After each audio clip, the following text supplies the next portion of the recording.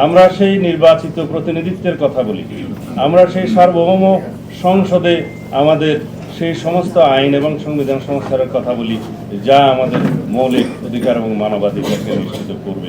তা আমি আহ্বান জানাবো আমাদের সকল রাজনৈতিক গণতান্ত্রিক শক্তিকে, সকল সামাজিক শক্তিকে এবং বাংলাদেশের সকল সচেতন নাগরিকদেরকে, যাতে আমরা এই বিষয়ে ঐক্যবদ্ধ হই এবং এই বিষয়ে সোচ্চার হই এবং এই বিষয়টা আমরা জাতির সামনে বলতেই থাকি যে আপনারা গণতান্ত্রিক রাজনৈতিক সরকার প্রতিষ্ঠার জন্য, আমাদের প্রতিনিধিত্বশীল জাতীয় সংসদ প্রতিষ্ঠার জন্য যত দ্রুত সম্ভব গণতান্ত্রিক প্রক্রিয়াকে ত্বরান্বিত করুন। এবং সেই দায়িত্ব বর্তমানে বাংলাদেশের মানুষ গণ অভ্যুত্থানের মধ্য দিয়ে, অন্তর্বর্তীকালীন সরকারের প্রতিষ্ঠার মধ্য দিয়ে তাদের উপরে ন্যস্ত করেছে। এবং আমরা এখন যদিও ইনিয়ে বিনিয়ে তাদের পক্ষ থেকে আশ্বস্ত হয়েছি যে তারা ডিসেম্বরের মধ্যে জাতীয় সংসদ নির্বাচনের জন্য তাদের সমস্ত কর্মকাণ্ড সাজাচ্ছেন, কিন্তু সেই কর্মকাণ্ডগুলো প্রকাশিত নয়।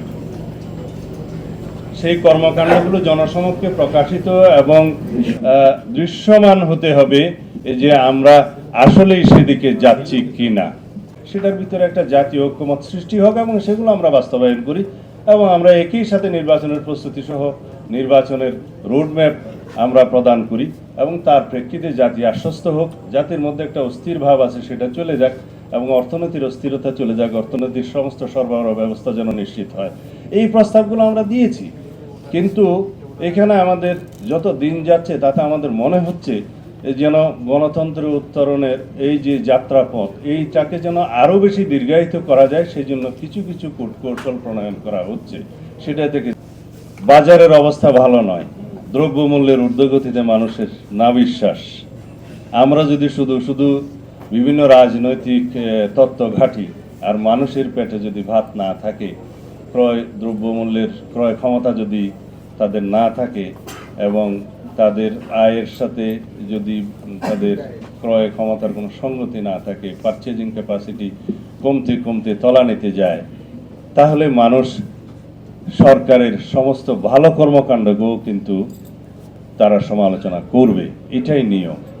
তা আমি আশা করব সমস্ত উপদেষ্টা মণ্ডলী, মাননীয় প্রধান উপদেষ্টা, আপনারা রমজানে গরিব মানুষের দিকে লক্ষ্য রাখুন, যাতে বাজারের পরিস্থিতি এমন হয় যে গরিব মানুষ অন্তত তাদের ক্রয় ক্ষমতার মধ্যে, ক্রয় সাধ্যের মধ্যে যাতে তারা নিত্য প্রয়োজনীয় দ্রব্যগুলো পায়, সেজন্য বাজারের সরবরাহ পরিস্থিতি এবং দ্রব্যমূল্য পরিস্থিতি উন্নয়নের চেষ্টা করুন।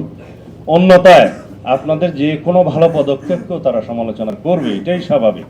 সুতরাং জনগণ চেয়েছিল যাতে তারা স্বস্তিতে তারা সংসার নিয়ে থাকতে পারে, যাতে তারা অন্তত ক্রয় সীমার মধ্যে তাদের দ্রব্য মূল্য থাকে।